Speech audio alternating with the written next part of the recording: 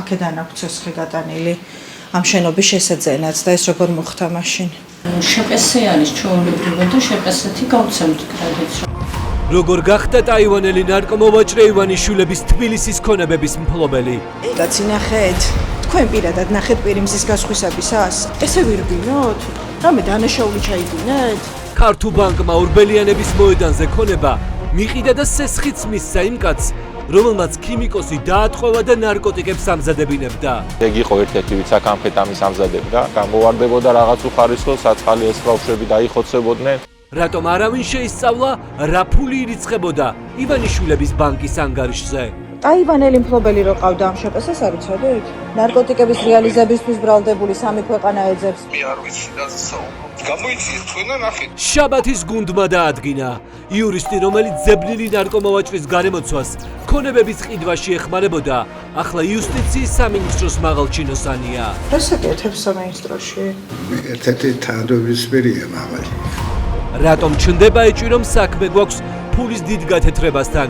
შენობები, სადაც მილიონები გადაიხადეს და სესხებს ამ დრომდე იხდიან, დაკეტილია და უფუნქციოდ დგას.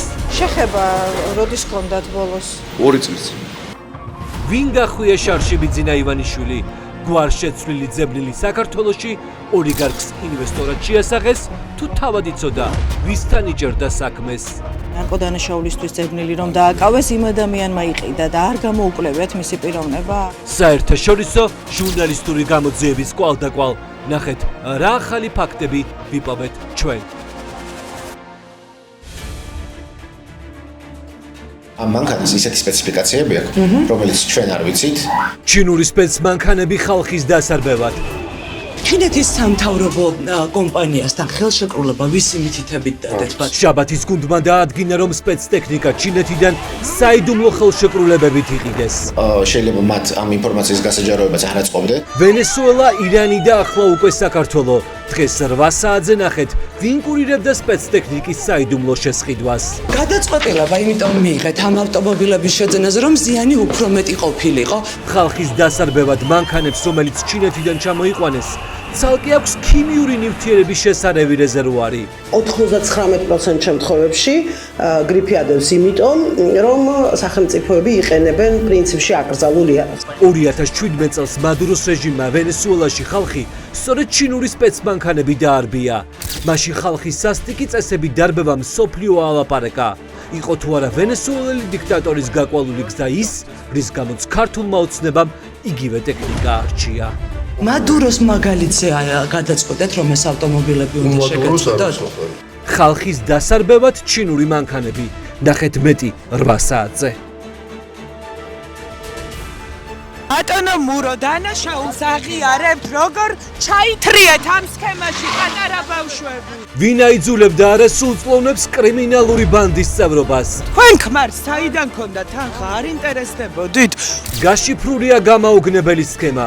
სკოლის მოსწავლეებს ღამღამობით აძარცვინებდნენ მაღაზიებს.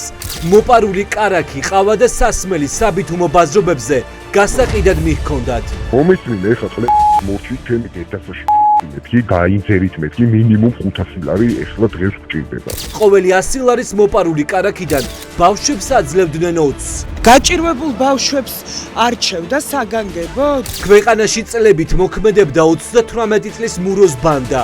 ვინ მფარველობდა კაცს, რომელმაც არასრულწლოვნების დანაშაულებრივი დაჯგუფება შექმნა და ამუშავებდა? ბროია პატკიდულობა და ზვირად გიდიდა. შაბათის გუნდმა მიაგნო დაკავებულ ფიგურანტებს. მან იცოდა, რომ ეს მოპარული პროდუქტები იყო? იცოდა.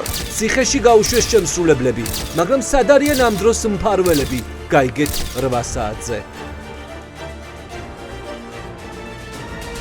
აი სისხლის კვალი ამ დრომდე აი ნახეთ. და გადაღება აკრძალულია. კაცმა მოკლა ცოლი ცხედარი მანქანაში ჩადო და პოლიციაში მიიტანა. მოკდა, ეგრე გააქვე, მერე მანქანაში დაიჯდა, დუმანში წაიღე. სამი შვილის დედა მანამდე ძალადობის მსხვერპლი არაერთხელ იყო. სცემდნენ ქუჩაში ფეხში შველი გამორბოდა, თუმცა მისი შველა ვერავინ შეძლო. Когда вашего соседку били, почему не помогали все эти соседи, люди? ნათესავები ამტკიცებენ, რომ პოლიციაში იჩივლეს, მაგრამ ქალის ცემის ამბავი არავინ გამოიწია. ცოლზე რომ ძალადობდა გულიევი, რატო არ მიეცით აქამდე პასუხისგებაში თუ გეკითხა? არავის არავის არ უძალადია? როდესაც ქალი მოკლეს, ყველა შემდეგ ალაპარაკდა.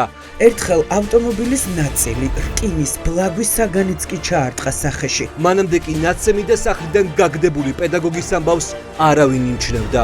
ხოლო მიცის სინამდვილე რაც ხდებოდა, მაგრამ ისინი არასდროს იტყვიან სიმართლეს. სოფელში არის ვერსია, რომ მოკლული ქალი მეოთხე შულს ელოდებოდა. ფემიციდის ამბავი, ქალის ისტორია, რომელიც ვერავინ გადაარჩინა.